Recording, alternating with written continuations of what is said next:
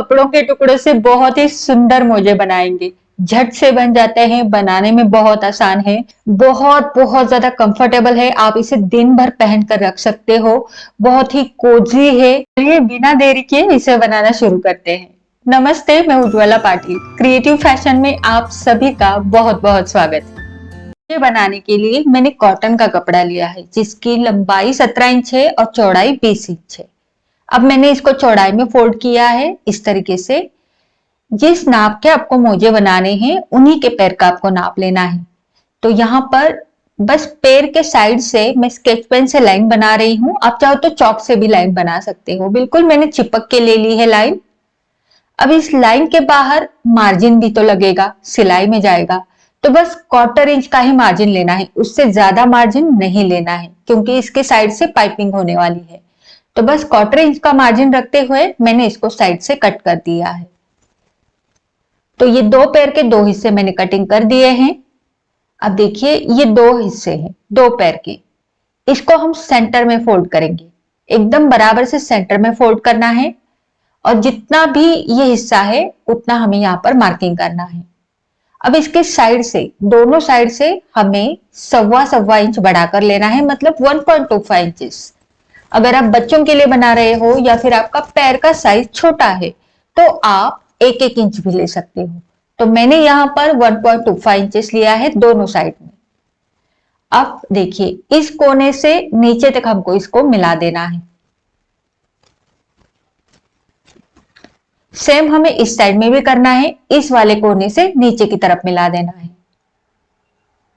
और ऊपर की तरफ जैसा शेप है वैसा ही रखना है। वहां पर हमें कोई बढ़ाकर नहीं लेना है, बस इतना ही। अब इसको मैं रखूंगी साइड में। ये आप देख सकते हो ये सेंटर लाइन है और मैंने सेंटर में फोल्ड किया था। अब ये वाली लाइन कंप्लीट करेंगे और इसको कट कर देंगे। जैसा मार्किंग है वैसा ही कट करना है। तो देखिए ये वाला जो हिस्सा है ये यहां पर आने वाला है। इतना देखकर तो हमें समझ में आ ही गया होगा ये कैसा लगेगा। अब यहां से हमें नापना है नीचे की साइड, क्योंकि नीचे की साइड में एक पट्टी लगेगी। तो जहां पर एरो दिखाया है वहीं पर वहां तक ही नापना है। तो ये मेरा आ गया है लगभग 11.25 इंच। आपका अपने पैर के साइज के हिसाब से कम या ज्यादा भी आ सकता है। अब इस 11.25 इंच में आधा इंच एक्स्ट्रा लेंगे, क्योंकि आधा इंच ऊपर की तरफ अंदर जाएगा। तो 11.25 प्लस 1 इंच 12.25। तो 12.25 इंच की मैं यहां पर पट्टी कटिंग करूंगी। और इस पट्टी की जो चौड़ाई है वो बड़ों के लिए आप 2.25 इंच या 2.5 इंच रख सकते हो और बच्चों के लिए आप 1.5 इंच से 2 इंच रख सकते हो। मैंने 2.5 इंच रखी है क्योंकि मेरा जो पैर का साइज है वो थोड़ा ज्यादा बड़ा है। अगर आपके पैर छोटे हैं तो आप 2.25 इंच या 2 इंच भी रख सकते हो। अब यहां पर फोल्ड है तो इसको कट कर दिया। तो ये दो पट्टियां निकल के आई है दो पैर की, इनको बीच में से फोल्ड करना है और यहां से आप 0.75 इंचेस सभी साइजेस में, बच्चों के लिए भी और बड़ों के लिए भी 0.75 इंचेस या फिर 1 इंच ऊपर की तरफ लेके इस तरह से गोलाई दे दो। इस शेप से इसकी फिटिंग अच्छी आएगी। अब देखिए ये दो पट्टियां निकल के आई है। अब जो गोलाई वाला हिस्सा है ना, मैं फिर से एक बार दिखाती हूँ। ये गोलाई वाला हिस्सा यहाँ सिलने में जाएगा नीचे की तरफ, और जो सीधा हिस्सा है जो ऊपर की तरफ है वहां पर हमारी पाइपिंग आएगी। तो एक एरो बना देती हूँ ताकि कोई कंफ्यूजन ना रहे। अब देखिए ये गोलाई वाला हिस्सा नीचे की तरफ जुड़ेगा इस तरीके से। तो ये बहुत ही सुंदर इसका शेप आ जाएगा। अभी फिलहाल हमें नैपकिन के ऊपर भी इसका कटिंग करना है। तो मैं अभी दिखाती हूँ। दो पैर के दो हिस्से ये कटिंग हो चुके हैं और ये किस तरह से जुड़ेंगे। तो ये दो पैर के दो हिस्से, जो बेस है नीचे का, ये दो पट्टियां यहां पर लगेगी और ये जो हमने कटिंग किया है ये इस तरफ लगेगा। ठीक, तो अब हम इसे नैपकिन के ऊपर या फिर आप कोई डेनिम जीन्स का कपड़ा भी ले सकते हो, उसके ऊपर भी कटिंग कर सकते हो, या फिर आप पुराना टॉवेल भी यूज कर सकते हो। तो इसके ऊपर मैंने ये सारे पार्ट्स रख दिए हैं और इसको मैं पिंच लगा कर लूंगी। तो यहाँ पर नैपकिन इसलिए लिया है क्योंकि ये पूरा सॉक्स के हमारे अंदर रहेगा, जो हमारे पैरों को गर्मी बनाए रखेगा। आप चाहो तो पुराना तौलिया भी ले सकते हो। अब इसके ऊपर हमें तिरछे में सिलाइयां लगानी है। जैसे आप देख पा रहे हो, मैंने अंदाजे से मार्किंग किया है, नाप कर लेने की जरूरत नहीं है। सेम तिरछा मार्किंग मैं सारे पार्ट्स के ऊपर करूंगी, या फिर नहीं भी करो तो भी चलेगा, बस सिलाई लगा दो तिरछे में, मार्किंग करने की जरूरत नहीं है। तो मैंने आपको दिखाने के लिए मार्किंग कर दिया है। अब आते हैं मशीन के ऊपर। अब जैसे मैंने बताया, यहाँ पर 1 या 1.5 इंच का फर्क छोड़ते हुए आपको ये लाइंस बनानी है। तो मैंने देखिए दोनों पैरों के ऊपर तिरछे में सिलाई लगा दी है। अब मैंने ये ऊपर के 2 पार्ट्स लिए हैं, यहाँ पर भी मैं 1 से 1.5 इंच का अंतर छोड़ते हुए ये तिरछे में लाइन बनाऊंगी। जरूरी नहीं है कि तिरछी ही बनानी है, आप खड़े लाइन भी लगा सकते हो सिलाई की, या फिर आड़े भी लगा सकते हो। अब ये वाला पार्ट, इसके ऊपर भी मैं तिरछे में लाइंस बनाऊंगी। जैसे मैंने बताया, आप खड़े भी लाइंस यहाँ पर स्टिच कर सकते हो। इसी तरीके से मैंने सारे पार्ट्स के ऊपर तिरछे में सिलाई लगा दी है, जैसे आप अभी देख पा रहे हो। अभी जो एक्स्ट्रा का कपड़ा है, यानी जो एक्स्ट्रा का नैपकिन है साइड से, उसको मैं कट कर दूंगी, और इसी तरीके से सारे पार्ट्स का एक्स्ट्रा का फैब्रिक मैं कट कर दूंगी। सारा फैब्रिक मैंने कट कर दिया है। अब ये जो 4 हिस्से हैं, इनके ऊपर हमें पाइपिंग बनानी है। इसमें से 2 एक पैर के हैं, 2 दूसरे पैर के हैं। तो इसमें से मैं 2 हिस्से लूंगी, जैसे कि ये वाला और ये वाला, और इसके ऊपर मैं पाइपिंग बनाना बताऊंगी। पाइपिंग के लिए 16 बाई 16 इंच का मैंने ये कपड़ा लिया है। आप कोई भी कलर कॉम्प्लीमेंट के हिसाब से कपड़ा ले सकते हो। यहाँ पर मैं 2 इंच चौड़ी तिरछी पट्टियां काटूंगी। तिरछी पट्टियों से पाइपिंग अच्छी बनती है। अब ये जो पट्टियां हैं, ये पूरे दोनों मोजे इसमें रेडी हो जाएंगे। इन पट्टियों को इस तरह से हमें जोड़ देना है, जैसे आप वीडियो में देख पा रहे हो। तो यहां से मैं इसको सिलाई लगाऊंगी। सिलाई लगाने के बाद जो एक्स्ट्रा का कपड़ा है उसको कट कर दे, तो ये सारी पट्टियां फिनिशिंग के साथ इस तरह से जुड़ जाएगी। इसी तरीके से सारी पट्टियों को मैंने जोड़ कर लिया है, तो ये एक लंबी हमारी बाय स्ट्रिप तैयार है। अब हम पाइपिंग बनाएंगे। तो पाइपिंग के लिए जैसे मैंने बताया, ये गोलाई वाला हिस्सा है और ये सीधा हिस्सा है, तो सीधे हिस्से में पाइपिंग आएगी, तो उसी के नाप के हम पीसेस कट करेंगे। बची हुई पट्टी हम साइड में रखेंगे, जो दूसरे में काम आएगी। अब यहां पर देखो, ये सीधा वाला हिस्सा है, तो इसके इस साइड से हम पाइपिंग शुरू करेंगे, यानी जो नैपकिन वाला साइड है वहीं से मैंने इसको स्टिच किया है। फिर इसको फोल्ड करते हुए सीधी साइड में मैं पाइपिंग बनाऊंगी। इसको बाइंडिंग भी बोल सकते हो, पाइपिंग से ज्यादा बाइंडिंग ज्यादा सूट करता है। तो डबल फोल्ड करते हुए हमने बाइंडिंग कर दी है।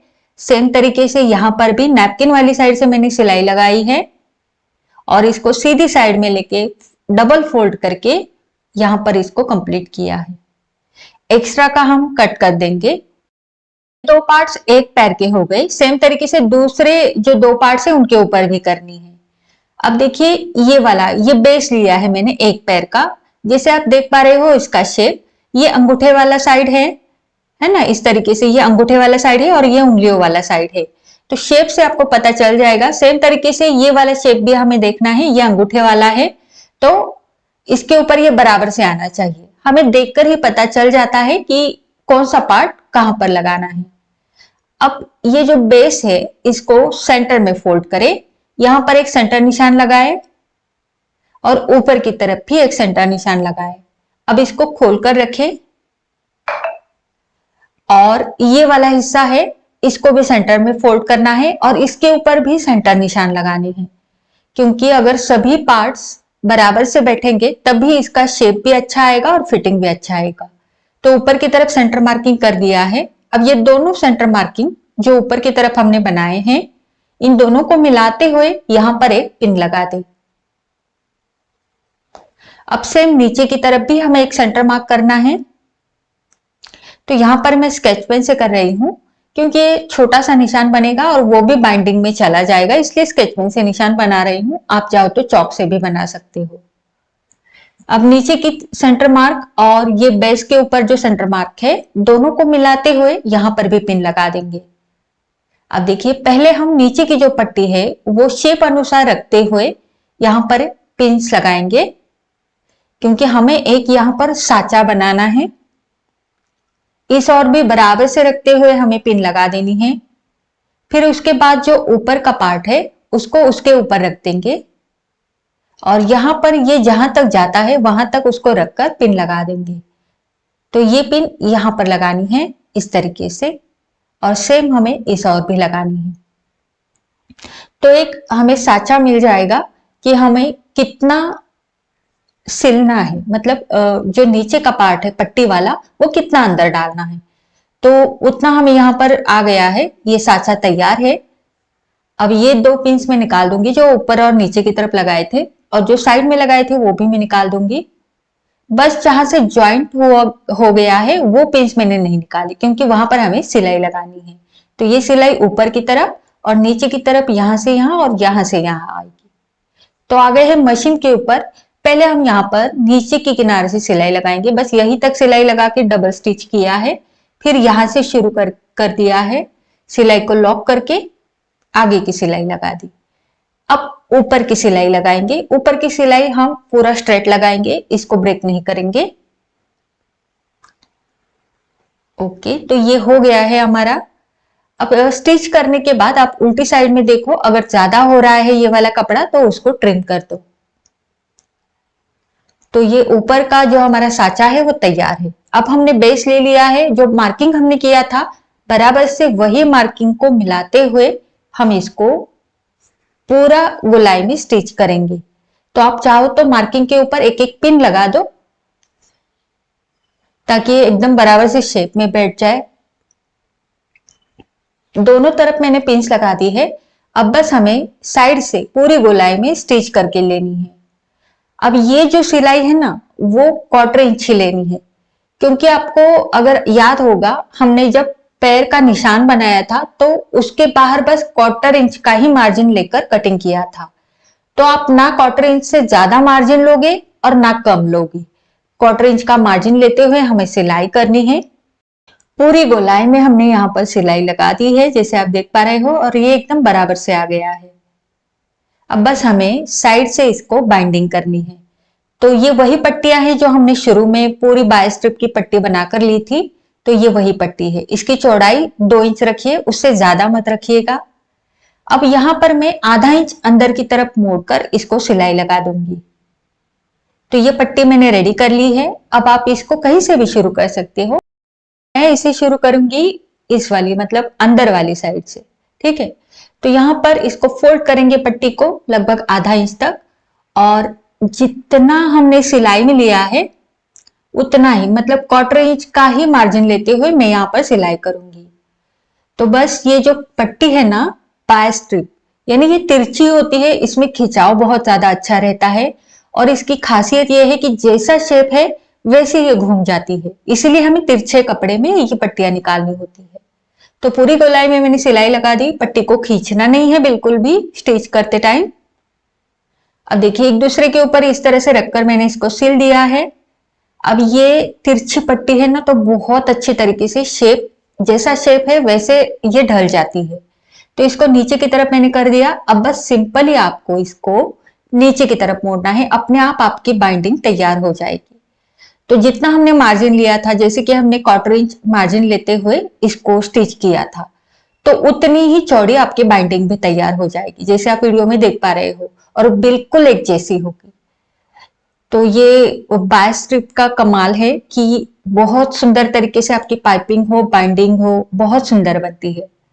तो आप देख सकते हो बहुत ही अच्छी तरीके से बिना कोई एफर्ट डाले ये बड़े आराम से अंदर की तरफ फोल्ड हो जाती है और आपकी बाइंडिंग बहुत सुंदर आती है। तो ये देख सकते हो बिल्कुल रेडीमेड की तरह ये दिख रहे हैं, बहुत ही सुंदर बने हैं।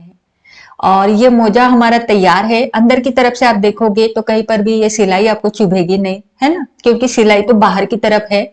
और पूरा अंदर की तरफ ये तौलिया नैपकिन जो भी लगाया है वो बहुत ही आपको कोजी रखेगा आपके पैर को। इसी तरीके से दूसरा पैर का हिस्सा भी मैंने रेडी कर लिया है। अब पहनने में आप देखो बहुत ही एकदम आसानी से पैर में चले जाते हैं। बिल्कुल भी टाइट नहीं है, बिल्कुल भी लूज नहीं है। दिन भर बड़े आराम से आप इसको पहन सकते हो। दिखने में काफी क्यूट है। इस बढ़ती ठंड में हमारे घर के हर एक सदस्य की ये जरूरत है, तो इनको जरूर बनाना। कोई डाउट्स है तो नीचे कमेंट करके जरूर पूछना। और वीडियो कैसा लगा वो भी जरूर बताना। तो ट्राई जरूर करें, अच्छा लगा है तो लाइक जरूर करें, शेयर करें, और चैनल पर नए हो तो चैनल को सब्सक्राइब भी जरूर करें। मिलते हैं हमारे अगले वीडियो में। धन्यवाद।